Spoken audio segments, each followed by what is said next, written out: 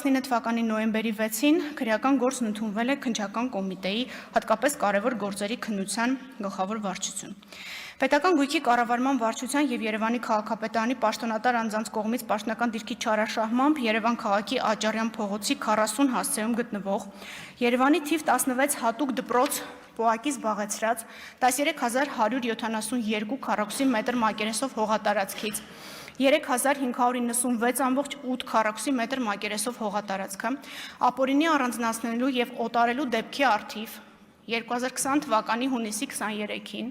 քննչական կոմիտեի Երևան քաղաքի քննչական վարչության Ավանդ եւ Նոր վարչական շրջանների քննչական բաժնում հարուցվել է քրեական գործ կրկին նախկին քրեական օրենսգրքի 308 հոդվածի երկրորդ մասով նախատեսված հանցագործության հատկանիշներով 20 թվականի հունիսի 29-ին քրեական գործն ընդունվել է քննչական կոմիտեի հատկապես կարևոր գործերի քննության գլխավոր վարչություն եւ նույն օրը միացվել է նախորդ քրեական գործին Երևանի քաղաքապետարանի պաշտոնատար անձանց կողմից պաշտոնական դիրքի եւ Ակաշինություն փակ բաժնետիրական ընկերության ծառայողների կողմից իրենց լիազորությունների չարաշահմամբ Երևան քաղաքի Ավանեսով փողոցի 12 հասցեում գտնվող Երևանի թիվ 64 նախադպրոցական ուսումնական հաստատություն հողակից զբաղեցրած 6453 քառակուսի մետր մակերեսով հողատարածքից 580.63 քառակուսի մետր եւ 863.34 քառակուսի մետր մակերեսներով հողատարածքները ապօրինի առանձնացնելու եւ օտարելու դեպքերի առթիվ 2018 թվականի հուլիսի 3-ին ազգային անվտանգության ծառայության քննչական վարչությունում հարուցվել է քրեական գործ կրկին նախկին քրեական օրենսգրքի 308-րդ հոդվածի երկրորդ մասով եւ 214-րդ հոդվածի երկրորդ մասով նախատեսված հանցագործությունների հատկանիշներով 20 թվականի մարտի 4-ին քրեական գործն ընդունվել է քննչական կոմիտեի հատկապես կարևոր գործերի քննության գլխավոր վարչության վարույթ իսկ 20 թվականի հունիսի 29-ին որոշում է կայացվել երկու վարույթները միացնելու մասին Երկու վարույթներից անջատվել է մեկը, որը ըստ մեղադրանքի Արման Գալուստի Սահակյանի նախկին քրեական օրենսգրքի 308 հոդվածի երկրորդ մասով Տարոն Անդրանիկի Մարգարյանի 308 հոդվածի երկրորդ մասով 3 դրվագ, Անդրանիկ Մազմանիկ Քասարյանի 308 հոդվածի երկրորդ մասով 4 դրվագ եւ 314 հոդվածի առաջին մասով կրկին 4 դրվագ, Արսեն Սերյոժայի Ամյանի 308 հոդվածի երկրորդ մասով 4 դրվագ, Հայկ Արտուշի Կյուրեղյանի 38-308 հոդվածի երկրորդ մասով եւ 38-314 հոդվածի առաջին մասով, Արամ Արտավազդի Ենգոյանի 38-308 հոդվածի երկրորդ մասով, Տիգրան Կարլենի Փոթիկյանի 38-308 հոդվածի երկրորդ մասով, Միքայել Լևոնի Հակոբյանի 38-308 հոդվածի երկրորդ մասով,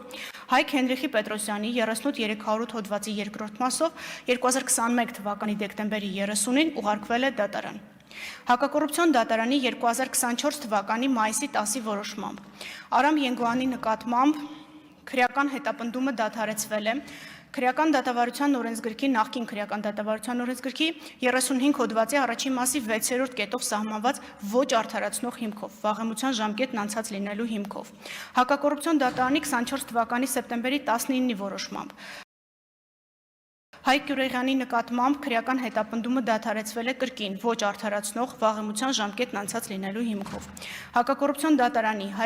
2024 թվականի հոկտեմբերի 21-ի որոշմամբ Հայկ Պետրոսյանի նկատմամբ քրեական հետապնդումը դադարեցվել է կրկին ոչ արդարացնող վաղեմության ժամկետն անցնելու հիմքով։ Հակակոռուպցիոն դատարանի 24 թվականի հոկտեմբերի 24-ի որոշմամբ Տիգրան Փոթիկյանի նկատմամբ քրեական հետապնդումը դադարեցվել է ոչ արդարացնող վաղեմության ժամկետն անցած լինելու հիմքով։ Հակակոռուպցիոն դատարանի 2025 թվականի փետրվարի 4-ի որոշմամբ Արման Սահակյանի նկատմամբ եւ Տարոն Մարգարյանի նկատմամբ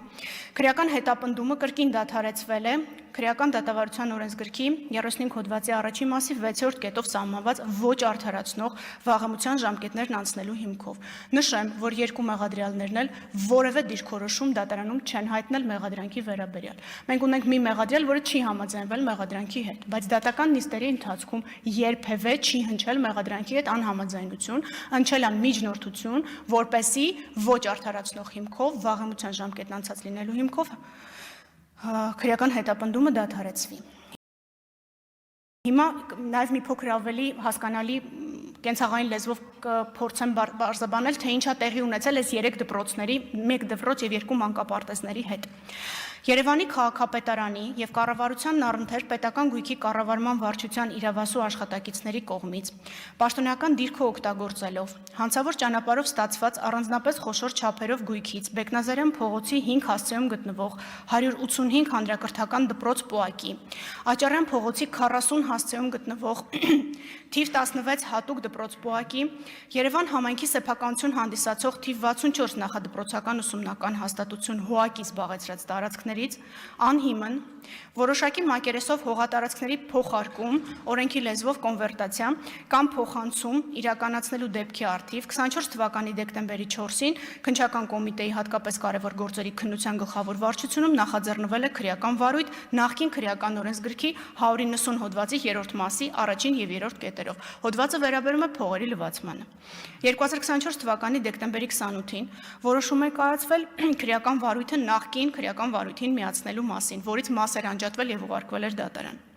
Բացի այլանձանց գույքային ֆոնդ, ինչից հետո դրա նկատմամբ ձևականորեն ձեռք բերված սեփականության իրավունքի մաս կազմող տնօրինման իրավազորության իրականացման միջոցով դրանք կոտարել են իրենց մերձավորներին, այդ թվում Տարոն Մարգարյանի օգնականին, այդպիսով առանց խոչընդոտների օրինականացնելով հանցավոր ճանապարհով ստացված գույքը։ Նկարագրված հանցավոր գործողությունները կատարվել են 2013 թվականից մինչև 2021 թվականն ընկած ժամանակահատվածում։ Սա վաղեմության հետ կապված կարևոր ընդգծում է, որտեղ փողերի լվացումը գիտեք առանձնապես ծանր հանցագործություն է։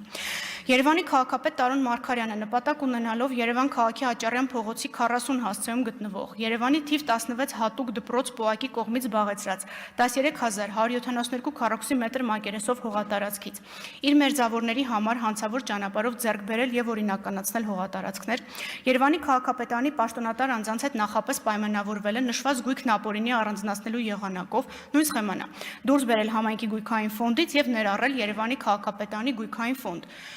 Եթե սա ասեմ կենցաղային լեզվով, նշանակում է, որ պետական գույք հանդիսացող դպրոցի տարածքը անում են վերաճշտում սահմանների, ասում են իրականում տարածքը ոչ թե X է, այլ X մինուս 2 է։ Եվ մինուս 2-ը համարվում է ոչ թե պետական սեփականություն, այլ համարվում է համայնքային սեփականություն։ Հետևաբար համայնքը կարող է օտարել։ Երկրորդ փուլով ինչ են անում։ Անում են ձևական հաճուրդներ, որոնց մասնակցում են իրենց հետ փոխկապակցված անձինք, ստանում են սեփականության իրավունք այս հողատարածքների նկատմամբ, բայց իրենք իրական սեփականատերեր չեն հանդիսանում։ Դրանից հետո վաճառում են երրորդ անձանց, այդպիսով լվանալով այն հանցավոր ծագումը գույքի, տվյալ դեպքում հողատարածքի, որը որ մեղսագրվում է արարքում։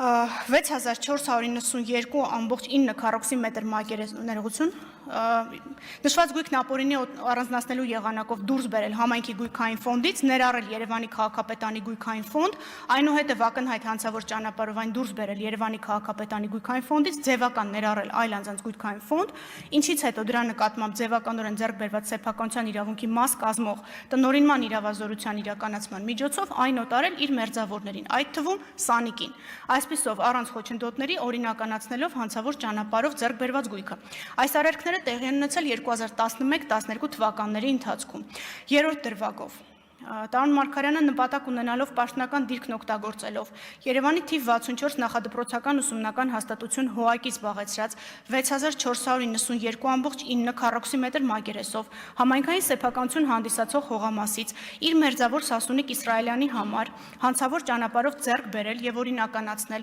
575 քառակուսի մետր մակերեսով հողատարածք Երևանի քաղաքապետարանի պաշտոնատար անձանց հետ նախապես պայմանավորվել է նշված գույքն ապօրինի առանձնացնելու եղանակով դուրս բերել Երևանի քաղաքապետարանի գույքային ֆոնդից եւ ներառել Սասունիկ Իսրայելյանի գույքային ֆոնդ, ինչից հետո այն միացվել է Սասունիկ Իսրայելյանին սեփականության իրավունքով պատկանող Տիտոգրադյան